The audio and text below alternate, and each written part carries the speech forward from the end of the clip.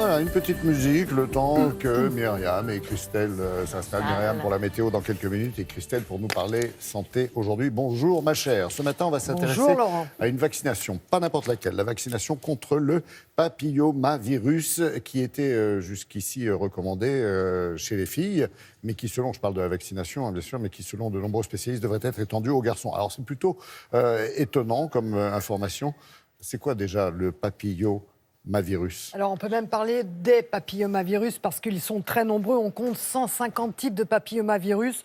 Alors, en général, ce sont ils sont responsables de lésions bénignes. C'est-à-dire, c'est pas très grave, en fait, responsables de lésions bénignes de la peau et de certaines muqueuses. Mais certains types de papillomavirus sont plus agressifs que d'autres et induisent des cellules précancéreuses. Et quand ces précancers ne sont pas traités, eh bien, après, effectivement, on va vers des cancers. Alors, on peut savoir maintenant, et ça a été montré, on ne le savait pas jusqu'ici, mais 100% des cancers du col de l'utérus sont dus à ces papillomavirus. Près de 100%, c'est énorme. On pensait avant qu'il y avait une petite marge, mais non, on en est là. 35% des cancers de la sphère ORL, en particulier de la gorge et de la langue, viennent de ces papillomavirus et ils sont responsables de 93% des cancers anaux. C'est vous dire que maintenant, vraiment, on parle en particulier pour cancer de la gorge et cancer de l'anus de véritables épidémies. Certains spécialistes disent attention, on va vraiment vers une véritable épidémie, donc il faut revoir nos recommandations, absolument.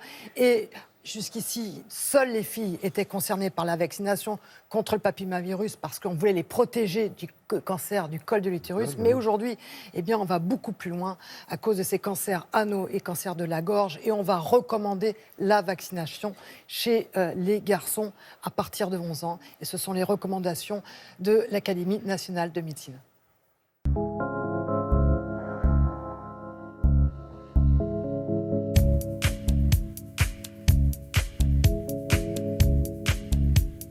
L'Académie de médecine a décidé de s'intéresser à la vaccination contre le papillomavirus, étant donné qu'on a ici un vaccin qui peut prévenir une maladie extrêmement grave, qui est le cancer du col, mais également des cancers ORL de plus en plus fréquents et des cancers d'anus. Bien, alors ici vous avez la gorge d'un individu et vous avez ici le larynx et vous aviez avant les cancers ORL qui étaient ici du temps de désintoxication alcoolo-tabagique. Actuellement, les cancers HPV induits, c'est-à-dire dus au papillomavirus, se situent plus au niveau des amygdales et au niveau de la base de la langue. Vous avez ici donc le tissu d'un canal anal, mais c'est exactement la même chose au niveau du col utérin et au niveau de la gorge, parce que ce sont des cellules qui se reproduisent de façon très importante. Et comme ils se reproduisent de façon très importante, les particules de ce virus vont pénétrer à l'intérieur de ces tissus et infecter, comme vous le voyez, les cellules. Cette infection va évoluer de façon de plus en plus importante. Parfois, elle régresse, certes, mais progressivement, c'est toute la partie du tissu qui va être envahie par ces cellules qui sont infestées par le virus. Et au maximum, celles-ci vont franchir la base sur laquelle reposent les cellules et donner un cancer invasif.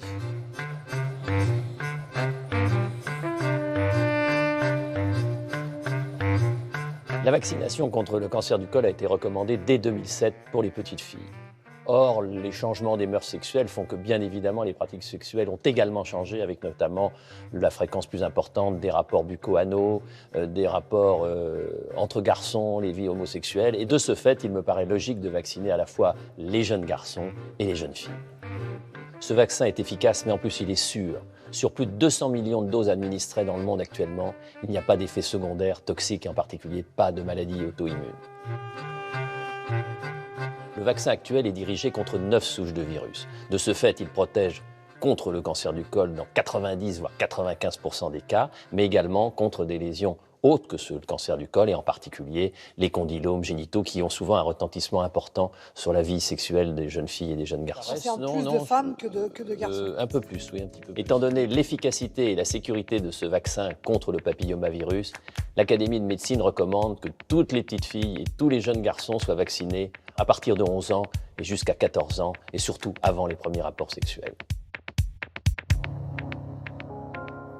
Et vous dites trop peu de vaccination en France. Trop peu de vaccination en France, vraiment un cri d'alarme de l'Académie de médecine, mais aussi de tous les spécialistes.